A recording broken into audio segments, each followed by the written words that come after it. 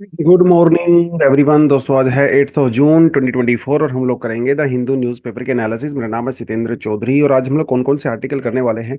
आज हम लोग सिर्फ 4 ही आर्टिकल करेंगे, लेकिन चारों आर्टिकल काफ़ी दमदार हैं, अच्छे आर्टिकल हैं और मेंस के पर्सपेक्टिव से थोड़े ज़्यादा इंपॉर्टेंट यहाँ पे हैं। 2 एडिटोरियल आज यहाँ पे इंक्लूड किए गए हैं क्योंकि आर्टिकल कुछ खास आज थे नहीं। सैटरडे का दिन होता है तो टेक्स्ट सेक्शन, साइंस वाला सेक्शन आता नहीं है जहाँ से हम लोग यूजुअली टॉपिक्स करते हैं। लेकिन लेजिस्लेटिव काउंसिल के बारे में बात करेंगे, लेजिस्लेटिव असेंबली के बारे में हम लोग पहले ठीक ठाक बात कर चुके हैं। जीडीपी के बारे में बात करेंगे। जीडीपी ये टर्म इतनी बार हम लोग यूज करते हैं, पेपर वगैरह में आती है, लेकिन इसको सिर्फ मेंशन करके निकल जाते हैं। लेकिन आज आपको बताएंगे जीडीपी एक्चुअली में होता क्या है। उसके अलावा जीडीपी के जो ड्रॉबैक्स हैं वो कौन कौन से हैं वो हम लोग बात करेंगे। पूरी दुनिया में जीडीपी यूज की जाती है, लेकिन जीडीपी के अंदर बहुत सारी कमियां हैं, ड्रॉबैक्स, उसके बारे में बात करेंगे। प्लास्टिक ट्रीटी के बारे में एडिटोरियल दिया गया है, फेडरलिज्म के बारे में भी एडिटोरियल दिया गया है, इसके बारे में बात करेंगे। चलिए जी, तो सीधा बढ़ते हैं पहले टॉपिक पे और ये है, देखिए, legislative council. All 11 candidates elected unopposed to the Karnataka legislative council. इसका मतलब ये है कि कर्नाटका के अंदर लेजिस्लेटिव काउंसिल है। देख, एक होती है हमारे पास लेजिस्लेटिव असेंबली और एक होती है हमारे पास लेजिस्लेटिव काउंसिल, ठीक है जी। दोनों अलग अलग होती है, लेकिन ये सभी स्टेट्स में नहीं है। जो स्टेट्स बाइकैमरल सिस्टम फॉलो करते हैं वहां पे आपके दोनों चीजें मिलती हैं। और इस समय इंडिया में 6 ऐसे स्टेट्स हैं: आंध्रा, तेलंगाना, उत्तर प्रदेश, बिहार, महाराष्ट्र और कर्नाटका। एक स्टेट और भी था जो अभी नहीं है, उसका नाम मुझे कमेंट सेक्शन में हम नीचे बताएंगे। एनीवेज, तो लेजिस्लेटिव असेंबली और लेजिस्लेटिव काउंसिल दो चीजें हैं। दोनों से मिल, जैसे हमारे पास यहाँ पे लोकसभा है, राज्यसभा है, तो कई स्टेट्स में असेंबली काउंसिल होता है। जैसे असेंबली के जो डायरेक्ट इलेक्शंस होते हैं, है ना, हम लोग वोट करते हैं, हमारे एमएलए चुने जाते हैं। लेकिन लेजिस्लेटिव काउंसिल के इलेक्शंस उस तरह से नहीं होते हैं, वो इनडायरेक्ट तरीके से चुने जाते हैं। बताऊंगा आपको क्या होता है वो। क्या कॉन्स्टिट्यूशन इस तरह के प्रोविजन को अलाउ करता है? बिल्कुल करता है। हमारे पास आर्टिकल 168 से लेके 212 है, जो कि लेजिस्लेटिव, जो स्टेट लेजिस्लेचर है, काउंसिल भी और असेंबली भी, उसकी ऑर्गेनाइजेशन, कंपोजिशन, ड्यूरेशन, सब के बारे में बात करता है। ये असेंबली भी यहाँ पे आ गया और काउंसिल भी आ गया। आर्टिकल 169 जो स्पेसिफिकली है, वो लेजिस्लेटिव काउंसिल की अबोलिशन और क्रिएशन के बारे में बात करता है कि कैसे उसको बनाया जा सकता है, कैसे उसको अबोलिश किया जा सकता है। और ये पावर दी गई है पार्लियामेंट को। यानी कि स्टेट की लेजिस्लेटिव काउंसिल को बनाना हुआ या डिस्ट्रॉय करना हुआ, अबोलिश करना हो, तो पावर पार्लियामेंट के पास है, ठीक है। लेकिन जब किसी स्टेट के अंदर काउंसिल को बनाया जाता है, उसका जो प्रपोजल है वो स्टेट से होके जाता है। तो पहले स्टेट गवर्नमेंट के अंदर वो प्रपोजल पास होगा, रेजोल्यूशन पास होगा, फिर वो सेंटर के पास, यानी कि पार्लियामेंट के पास जाता है। तो स्टेट के अंदर वो जब रेजोल्यूशन पास होता है, उसके लिए आपको सिंपल मेजोरिटी चाहिए एक तो, उसके अलावा 2/3 मेंबर जो कि प्रेजेंट एंड वोटिंग है, इसे स्पेशल मेजोरिटी बोलते हैं। स्पेशल मेजोरिटी में मतलब यहाँ पे मेजोरिटी 50% और 2/3 present and voting, that is called special majority. तो ये चाहिए किसी भी स्टेट के अंदर, फिर वहां पे लेजिस्लेटिव काउंसिल को किया जा सकता है। अब जब सेंट्रल गवर्नमेंट, मान लो पार्लियामेंट, जब किसी स्टेट के अंदर लेजिस्लेटिव काउंसिल को बनाता है, तो क्या कॉन्स्टिट्यूशन अमेंडमेंट की रिक्वायरमेंट है? जी नहीं।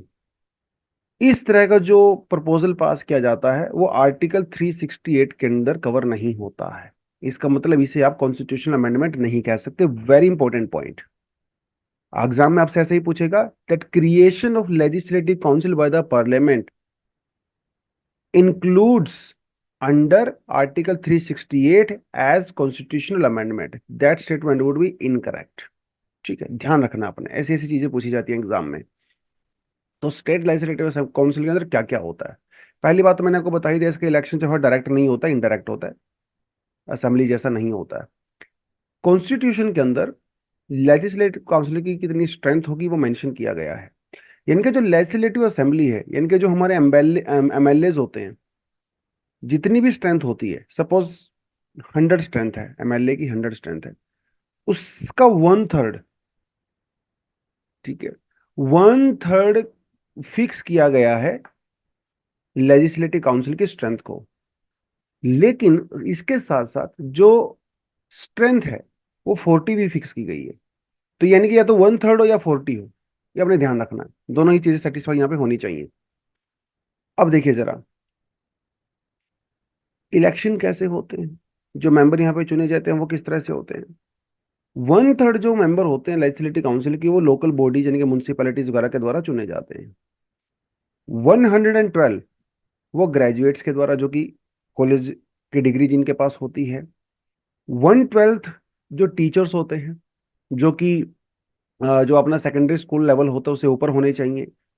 1/3 जो मेंबर हैं वो लेजिस्लेटिव असेंबली के द्वारा ही चुने जाते हैं। और बाकी जो बच गए वो गवर्नर के द्वारा अपॉइंट किए जाते हैं, नॉमिनेट किए जाते हैं बेसिकली। लेकिन क्या गवर्नर किसी को भी अपॉइंट कर सकते हैं, वो नॉमिनेट कर सकते हैं? बिल्कुल नहीं।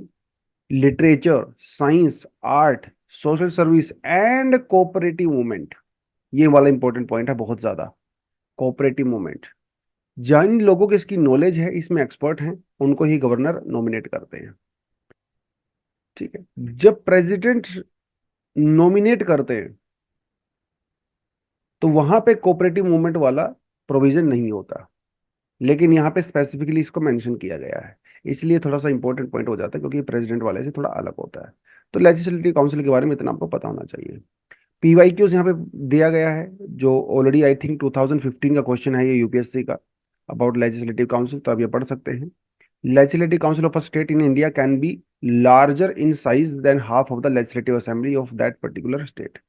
Governor of the state nominates the chairman of the legislative council of that particular state. One only, two only, one and two, and neither one nor two. नीचे कमेंट सेक्शन में इसका आंसर मुझे बताइए। ठीक है। देखिए, ये जो आपको ऊपर नॉलेज बताई गई है सिर्फ आपके रिवीजन के पर्पज के लिए है, रिवीजन के पर्पज के लिए है। आप इसे अपना प्राइमरी कंटेंट मत बनाइए। प्राइमरी कंटेंट, क्योंकि पॉलिटी में आपको लक्ष्मीकांत ही पढ़ना है। ठीक है।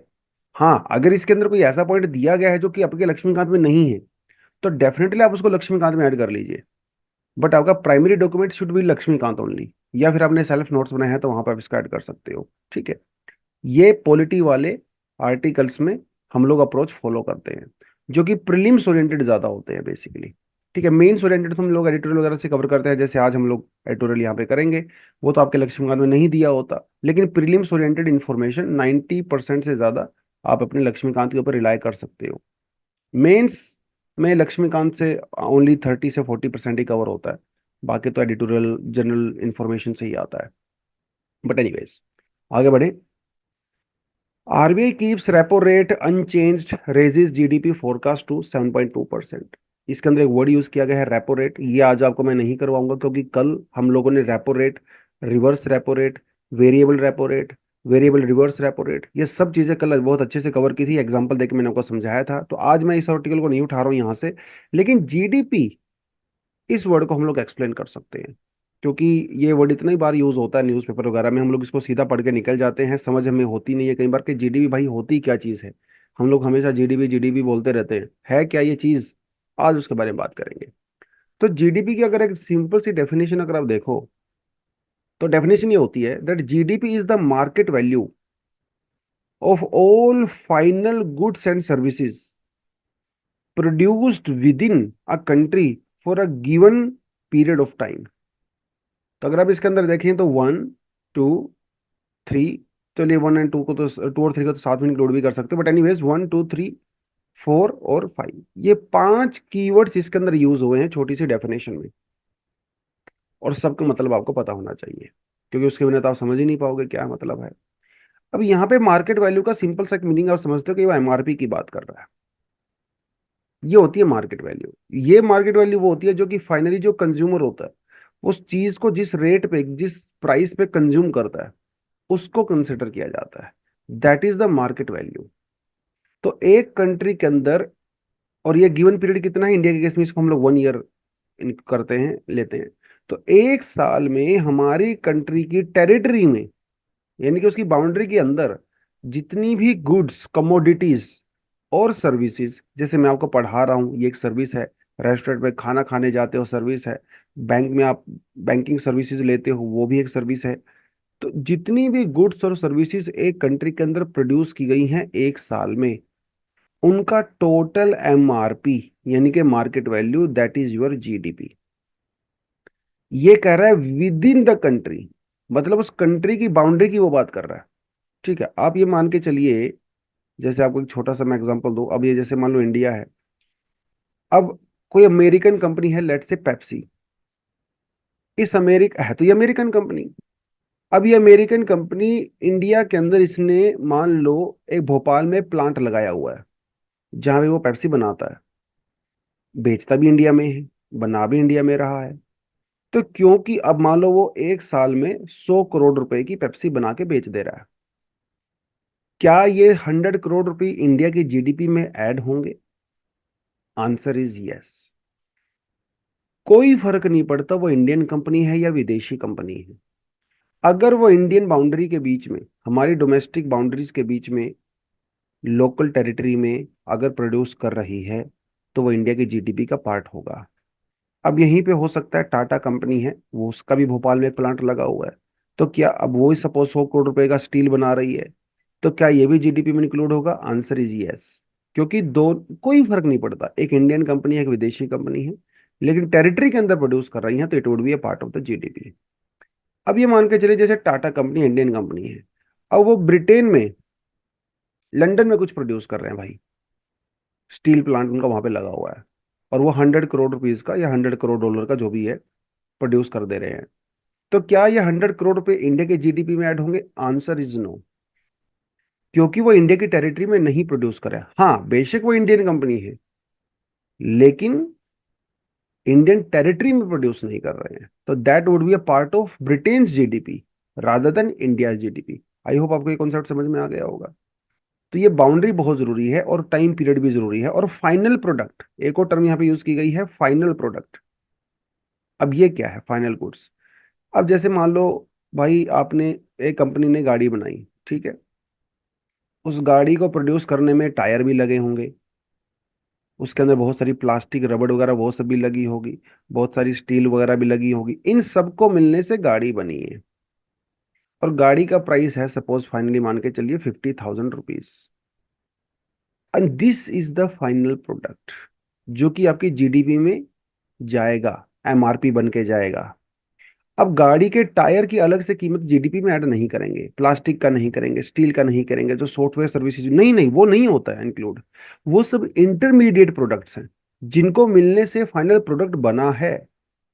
आपने एक आप रेस्टोरेंट चलाते हो, आप सैंडविच बनाते हो, 100 रुपए का सैंडविच देते हो। उस सैंडविच बनाने में जो ब्रेड यूज हुआ, जो नमक यूज हुआ, सब्जियां यूज हुई, पनीर यूज हुआ, वो तो सब इंटरमीडिएट हो गए ना।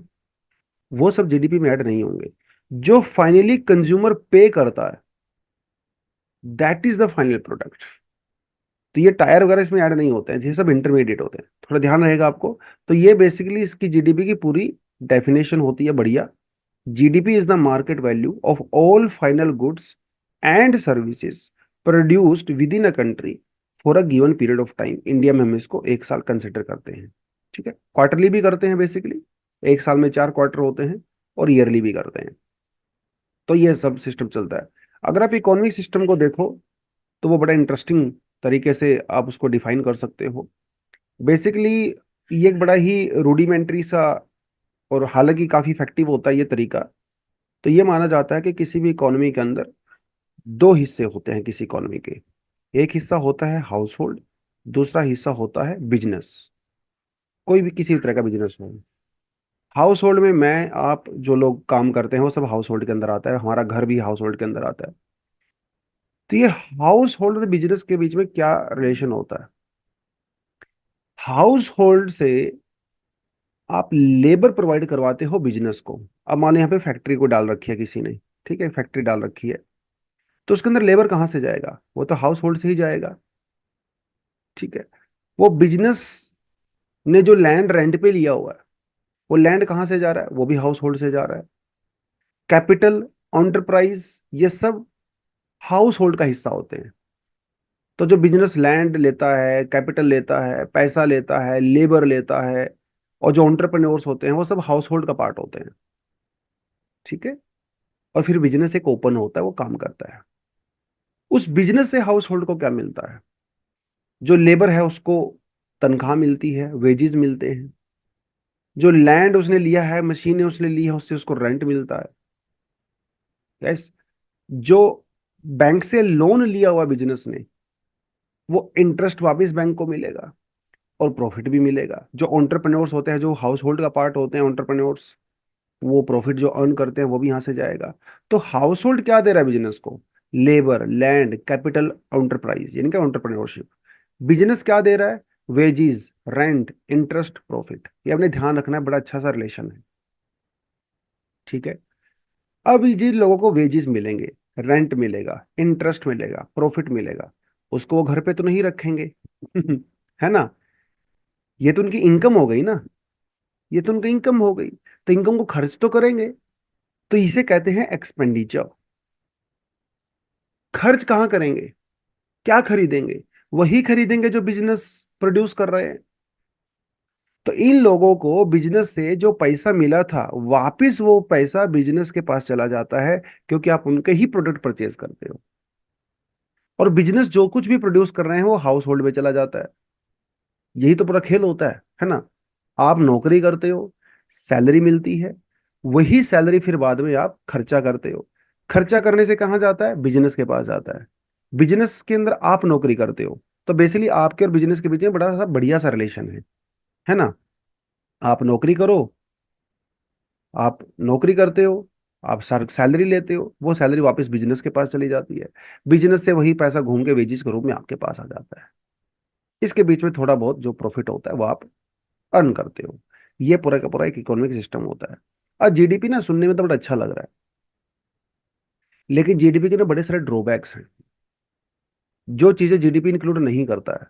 जैसे हम मान के चलिए, जो हमारी एक तरह से समझ लिए केयर इकोनॉमी होती है।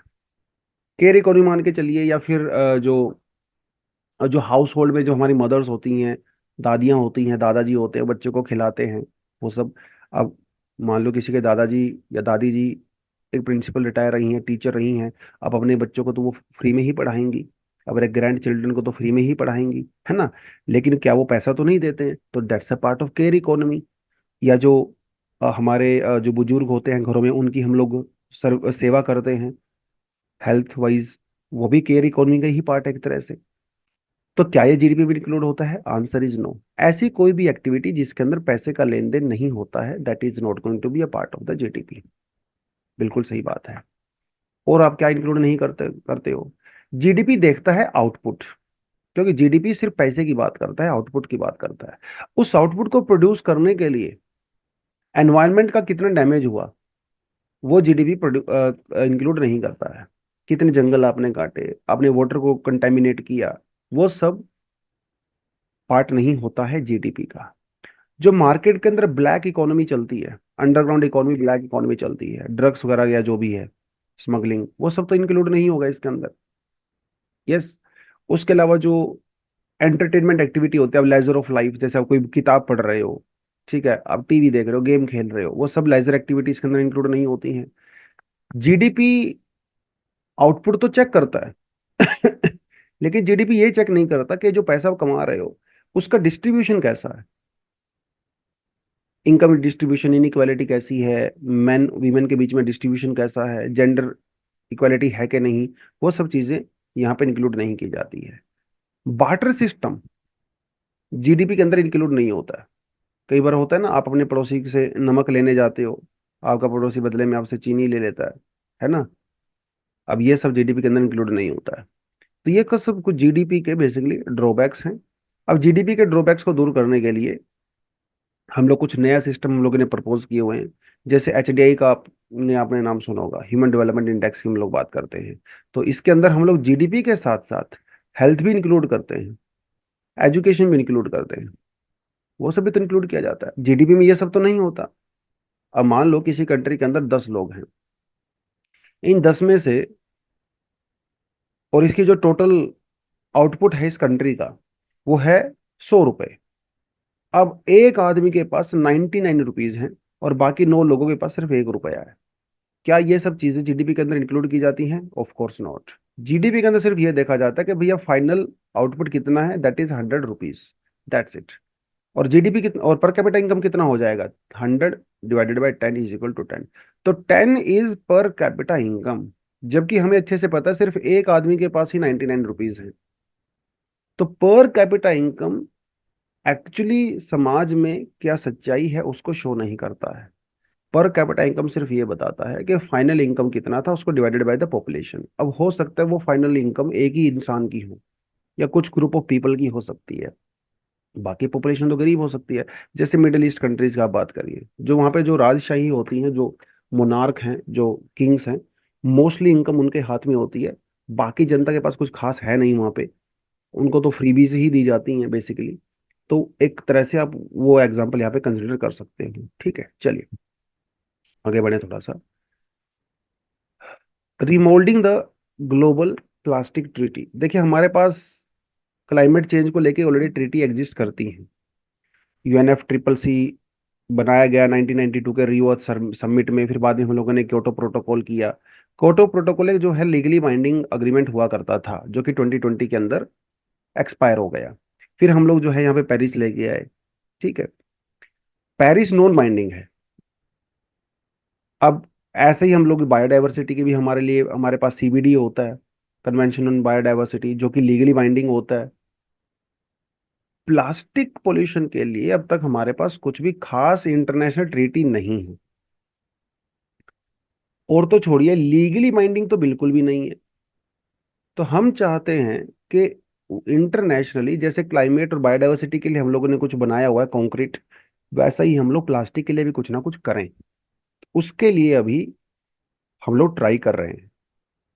तो यूनाइटेड नेशन एनवायरमेंट असेंबली, उसके अंडर में अभी हम लोग क्या कर रहे हैं, ऐसा कुछ करने की कोशिश करेंगे ताकि फ्यूचर में प्लास्टिक को लेके भी लीगली माइंडिंग हम लोग कुछ ना कुछ कर सके। उसकी मीटिंग अभी ओंटारियो वगैरह में, उससे पहले नायरोबी में, बहुत जगह पे हुई है।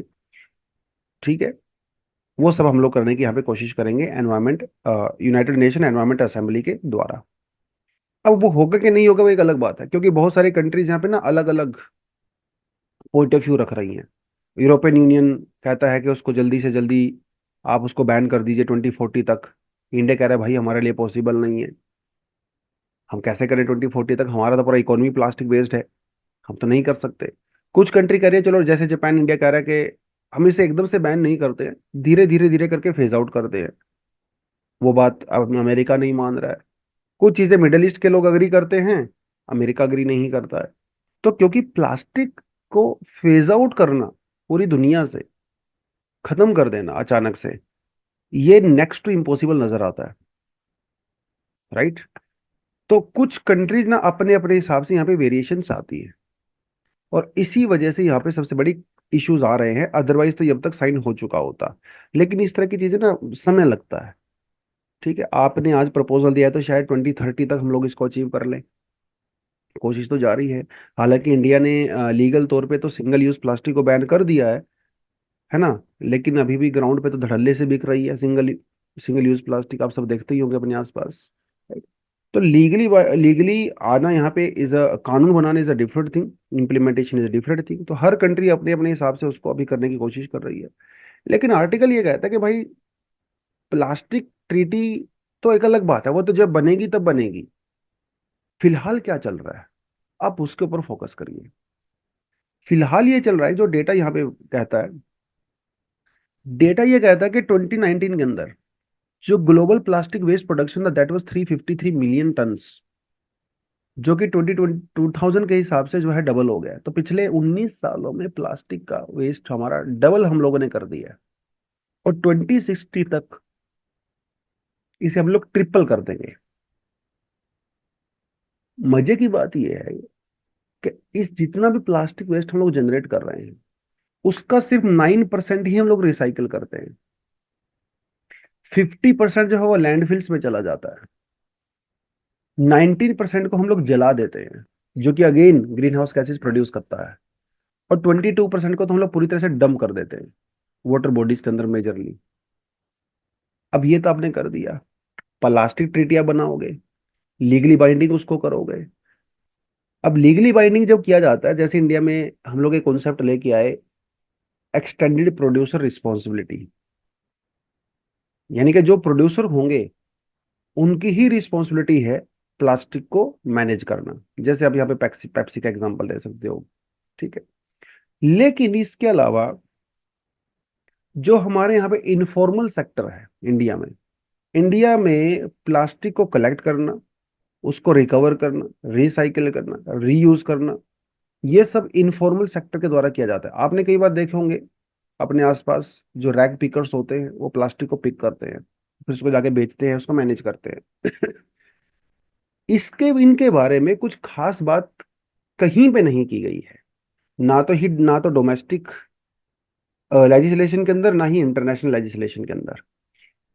इन जो इनफॉर्मल रैग पिकर्स हैं, कूड़ा कचरा जो उठाते हैं, और जो रिसाइकल वर्कर्स हैं, इनको पूरी तरह से इग्नोर किया गया है इंटरनेशनल प्लास्टिक ट्रीटी के प्रपोजल में। एक तो इंक्लूड किया जाना यहाँ पे बहुत ज्यादा जरूरी है, इनकी रिकग्निशन बहुत जरूरी है, क्योंकि ये बहुत ज्यादा वल्नरेबल होते हैं। सबसे ज्यादा हेल्थ रिस्क इनको ही होता है, सबसे ज्यादा। अगर मान लो आप प्लास्टिक रिसाइकलिंग पूरे सिस्टम को अगर पूरी तरह से फॉर्मलाइज कर देते हो, तो ये लोग क्या हो जाएंगे, पूरी तरह से अनएम्प्लॉयड हो जाएंगे, क्योंकि इनको वैसे भी किसी तरह की कोई भी सुविधा, इंश्योरेंस वगैरह कुछ भी नहीं होता इनके पास। सबसे ज्यादा ये लोग इम्पैक्ट होंगे। इनको भी एड्रेस किया जाना उतना ही जरूरी है जितना हम प्लास्टिक की दूसरी प्रॉब्लम्स को यहाँ पे कर रहे हैं, ठीक है। ये थोड़ा सा आपको यहाँ पे आइडिया होना चाहिए। United nation environment assembly prelims oriented topic है, इसी के अंदर में से निकला है, ये थोड़ा सा आप यहाँ पे जरूर देखें। ये वर्ल्ड की highest level decision making body है एनवायरमेंट की, यूनाइटेड नेशन एनवायरमेंट असेंबली, ठीक है। 2012 में इसको बनाया गया था, जब हम लोगों ने क्या किया था, यूनाइटेड नेशन के अंदर Rio+20 बोलते हैं उसको, यहाँ से ऑलरेडी एग्जाम में क्वेश्चन आ चुका है यूपीएससी 2014 के अंदर। रियो कब हुआ था, 1992 में हुआ था। इसके 20 साल के बाद 2012 में Rio+20 इसको हम लोग बोलते हैं, ये सस्टेनेबल डेवलपमेंट के लिए हुआ था, ठीक है। यहाँ पे हम लोगों ने यूनाइटेड नेशन एनवायरमेंट असेंबली को बनाया था, ठीक है। तो इसी के अंडर में बेसिकली हम लोग प्लास्टिक ट्रीटी करने की सोच रहे हैं। लेट्स सी वो जल्दी से हो जाए, आगे क्या होगा उसके बारे में फिर बात करेंगे। चलिए, the centre is not national, the state the real entities. यहाँ से सेंटर स्टेट रिलेशन से हमारे पास यूपीएससी में बहुत सारे क्वेश्चंस आते रहते हैं बार बार, क्योंकि बहुत इंपॉर्टेंट थीम होती है ये हमारे पॉलिटी वाले सेक्शन से। How far do you think cooperation, competition and the confrontation have shaped the nature of the federalism in India? Cite some recent examples to validate your answer, ठीक है। सिर्फ 150 word में आपको लिखना रहता है। Explain the rational behind the goods and services act, how does covid impacted the GST implementation? ये तो अभी रेलिवेंट नहीं है ज्यादा आर्टिकल, कोविड चला गया, लेकिन यू नेवर नो, यूपीएससी पूछ सकता है। कोऑपरेटिव फेडरलिज्म को भी लेके भी यहाँ पे सवाल पूछा गया है। तो ये आर्टिकल ये कहता है कि इंडिया में कुछ समय से थोड़ा इन्होंने गवर्नमेंट को क्रिटिसिज्म किया है कि पिछले 10 साल से इंडिया में जो कोऑपरेटिव फेडरलिज्म वाली जो फीलिंग थी वो थोड़ी सी ब्रेक डाउन हुई है, और उसको कैसे ठीक किया जा सकता है, उस तरह की चीजें इस आर्टिकल के अंदर डिस्कशन की गई है। तो बेसिकली अभी जो इलेक्शंस हुए हैं यहाँ पे रीजनल पार्टीज बहुत स्ट्रोंग, एक मतलब एक स्ट्रोंग कैंडिडेट के रूप में, ये एक स्ट्रोंग फोर्स के रूप में सामने आई है। इससे फेडरलिज्म स्ट्रोंग होगा, ये एक पक्की बात है, क्योंकि अभी है ना कोलिशन गवर्नमेंट है, तो इसको जो रीजनल पार्टीज हैं उनके साथ कोलिशन करके चलना पड़ेगा, यानी कि उनकी बात भी माननी पड़ेगी, उनके कंसर्न को भी एड्रेस करना पड़ेगा। तो इससे फेडरलिज्म स्ट्रोंग होगा। एक तो इन्होंने ये बात कही। पहले जब सेंटर के अंदर जो सरकार थी बीजेपी, वो खुद के दम पे ही सरकार बना रही थी, तो वो ज्यादा स्टेट्स वगैरह को थोड़ा इग्नोर ही कर रही थी। और ऐसे कई सारे एग्जाम्पल हम लोगों ने over a period of time देखे हैं। बहुत खासकर सदर्न स्टेट्स जैसे केरला, तमिलनाडु, वो सुप्रीम कोर्ट में भी गए बेसिकली। कई सारे स्टेट्स के सेंटर से उनको प्रॉपर फंडिंग नहीं मिल रही है, फाइनेंस नहीं मिल रहा है। इवन तमिलनाडु के अंदर जब नेचुरल डिजास्टर आया तो उस समय उन्होंने भी सरकार के ऊपर आरोप लगाया कि हमें फंडिंग नहीं मिल रही है। तो बेसिकली पिछले समय से कुछ ऑब्जर्व किया गया था कि जो अपोजिशन पार्टी हैं, अपोजिशन किसका, जो सेंटर के अपोज करती हैं, उन स्टेट्स के साथ थोड़ा डिस्क्रिमिनेशन यहाँ पे हो रहा था। लेकिन जो दूसरे स्टेट्स हैं, जैसे खासकर यहाँ पे उत्तर प्रदेश और गुजरात, उनको जो है थोड़ा एक्स्ट्रा फंडिंग सेंट्रल गवर्नमेंट के द्वारा दी जा रही थी, तो जो कि फेडरलिज्म को वीक करता है। क्योंकि कुछ स्टेट्स के साथ जब डिस्क्रिमिनेशन होता है, उसका कोई भी बेसिस हो सकता है, लेकिन उससे कोऑपरेटिव फेडरलिज्म की फीलिंग वीक तो होती है, इसमें कोई डाउट नहीं है। लेकिन हमारे यहाँ पे सेंटर के कंपैरिजन में स्टेट्स वीक होते हैं, कमजोर होते हैं। उसके जो है अलग अलग रीजन हमारे पास हैं। पहली बात तो जो टैक्स कलेक्शन की ज्यादातर पावर है वो सेंटर के पास है, क्योंकि income tax, corporate tax, custom duty, excise duty, ये सब सेंटर कलेक्ट करता है, सेंटर के पास रहता है। जीएसटी का कलेक्शन दोनों ही करते हैं, लेकिन बाद में स्टेट्स में बांट दिया जाता है। लेकिन अगर आप ओवरऑल रिवेन्यू देखें तो सेंटर का रिवेन्यू स्टेट्स के कंपैरिजन में बहुत ज्यादा होता है। और over a period of time ये भी देखा गया है कि गवर्नमेंट बहुत सारे सरचार्ज लगाती है, सरचार्ज सेंट्रल गवर्नमेंट लगाती है, जो कि स्टेट के साथ शेयर नहीं किए जाते हैं। बड़ी दिक्कत होगी ये तो, है ना। अब यहाँ पे फाइनेंशियल कमीशन का बड़ा इंपॉर्टेंट रोल होता है। फाइनेंस कमीशन हर 5 साल के बाद बनाया जाता है, जिसकी रिकमेंडेशन पे सेंटर जो है वो स्टेट्स को पैसा देती है।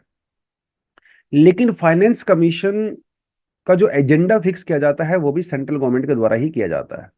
अनफॉर्चुनेटली ये भी यहाँ पे इशू है।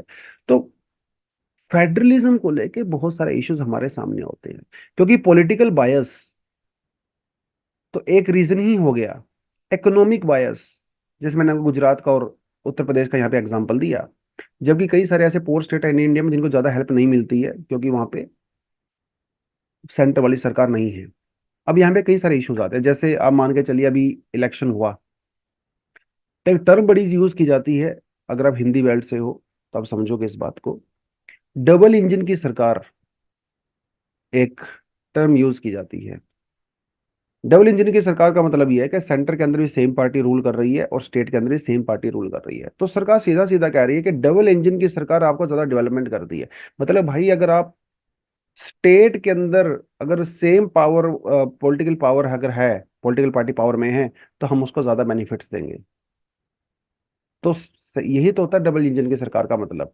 आपको ज्यादा पैसा मिलेगा अगर आप सेम पार्टी से बिलोंग करते हो, अगर डिफरेंट पार्टी से हो तो भाई फिर ये आपको डेवलपमेंट नहीं होगा। ये जो चीजें होती है ना बेसिकली, ये नुकसान करती हैं फेडरलिज्म वाली फीलिंग को, जिससे इंटर स्टेट टसल होता है। इंडिया में कई सारे रिच स्टेट्स हैं, जैसे महाराष्ट्र का एग्जाम्पल यहाँ पे ले लीजिए। महाराष्ट्र को सेंटर से ज्यादा हेल्प नहीं मिलती है। बेसिकली फॉर्मूला ये होता है, जो हमारे पास मुखर्जी फॉर्मूला या गदगिल फॉर्मूला है, वो ये कहता है कि जो पुअर स्टेट्स हैं दे नीड मोर हेल्प। अब उसके लिए तो पैसा चाहिए। पैसा कहाँ से आता है? पैसा आता है रिच स्टेट से आता है। तो रिच स्टेट जितना कंट्रीब्यूट करते हैं सेंटर के अंदर, उतना रिटर्न में उनको सेंटर से नहीं मिलता है। इससे भी जो है एक बिटवीन स्टेट्स एक जो है एनिमिटी वाली फीलिंग आती है, राइट।